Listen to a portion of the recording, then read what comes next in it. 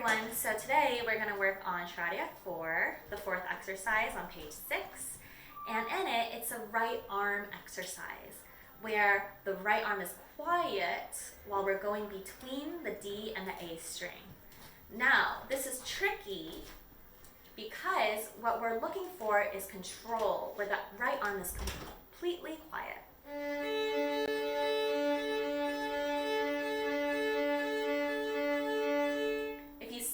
My right arm really isn't moving a lot, but it's actually my wrist that is kind of like absorbing little bits of the shock while I'm going between the D and the A string. So to start, let's put our violin up and put our bow between the D and the A and see exactly where we have to tilt the bow for the bow hair to be on the D string and for the bow hair to be on the A string. Now, if you see, it's actually not that big of a distance because the angle of the bridge makes the D and the A string particularly close. So what's difficult is playing this without playing both strings at once. We want to hear them separately. Not like that. Each sound must be very clear and concise, like a little bell. Okay, so now let's put our bow on the strings, D and A, and see whether we can do it without flapping our arms, kind of like a bird. So instead of, not like that, but let's bring that motion down into the wrist. All right, so I would practice first playing 4 at a time, meaning 1 and 2 and 3 and 4. And when that's really smooth, being able to play 4 notes in a bow, again.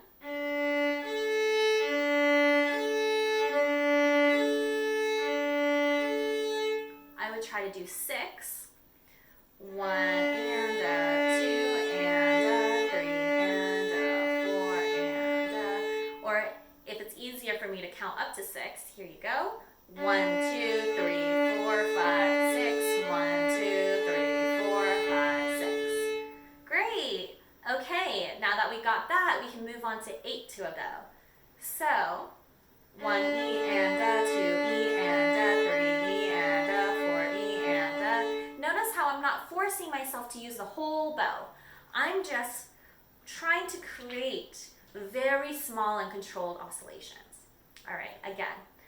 1, 2, 3, 4, 5, 6, 7, 8. 1, 2, 3, 4, 5, 6, 7, 8. And then when that's clean and you're satisfied with that, let's move on to 16. 1 and 2 and 3 and 4 and 1 and 2 and 3 and 4 and or 1, 2, 3, 4, 5, 6, 7, 8, 9, 10, 11, 12, 13, 14, 15, 16. 1, 2, 3, 4, 5, 6, 7, 9, 10, 11, 12, 13, 14, 15, 16. Wow, it's difficult to count out loud up to 16 while doing that. And then, when you're comfortable with that, you can do 32.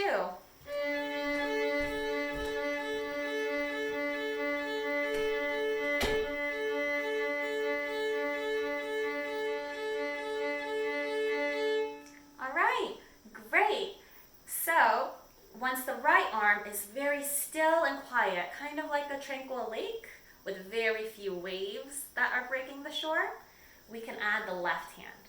Now remember from Schradieck I in our previous exercises, we want the left hand to be very articulate. They're like, the fingers are like little hammers that are dropping onto the fingerboard, right? If you remember Schradieck I, we practiced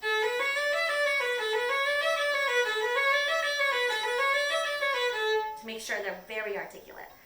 So, the very hard thing is to foster left hand and right hand independence, where the left hand has that articulate manner and the right arm is very quiet and still.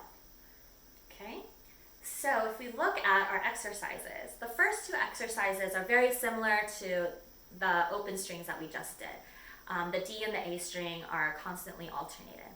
So I would practice this like we did with the open strings, 4 to a bow.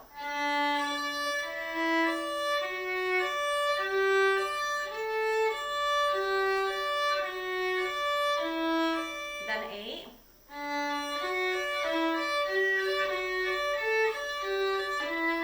And then when you're comfortable with that, 16.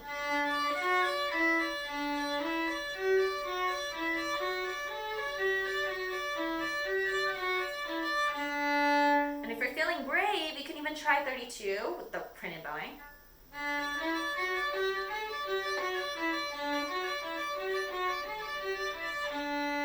But in order to do that, the oscillations have to be smaller, the bow has to be slower, you still have to pull and push. And that's actually going to be helpful. As we keep going on, you'll notice that it's not always alternating between the D string and the A string.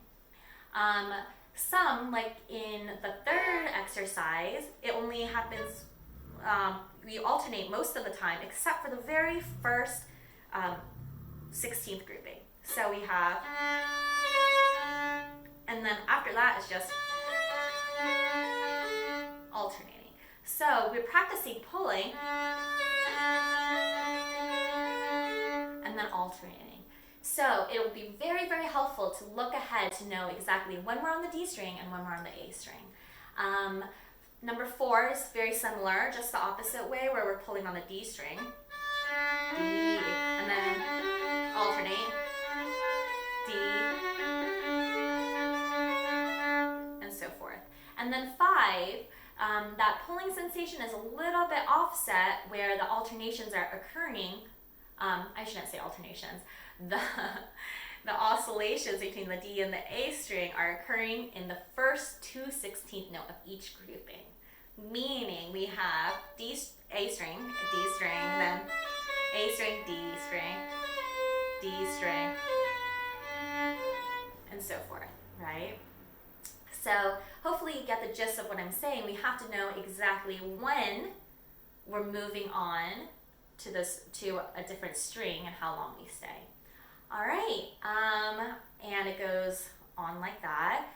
Let's bring our attention to number 8 and number 9, where the tetra chords are moving in opposite ways. So number 8, we move from A string down to D string, A string down to D string, A string down to D string. So we have to always prepare our arm quietly to come to A to D, A to D, A to D. And then in number 9 is the opposite, D to A, D to A. So I'll show you this slowly. D, D. And number 9, D string to A, A. So it's really 2 and 2, 2 and 2. All right. You guys are doing great. Thank you for staying with me this far. The last thing I want us to talk about is exercises 13 and 14 in this etude. Because if you look at it as you keep going on, the left hand also gets more complicated. Number 13 and number 14 are slightly chromatic, so we have to know what's happening in the left hand in order for good intonation and for it to be really hammer-like. But we can't forget that the right arm has to be very tranquil and quiet. So 13 we have knee flap, and then stretch on the 4.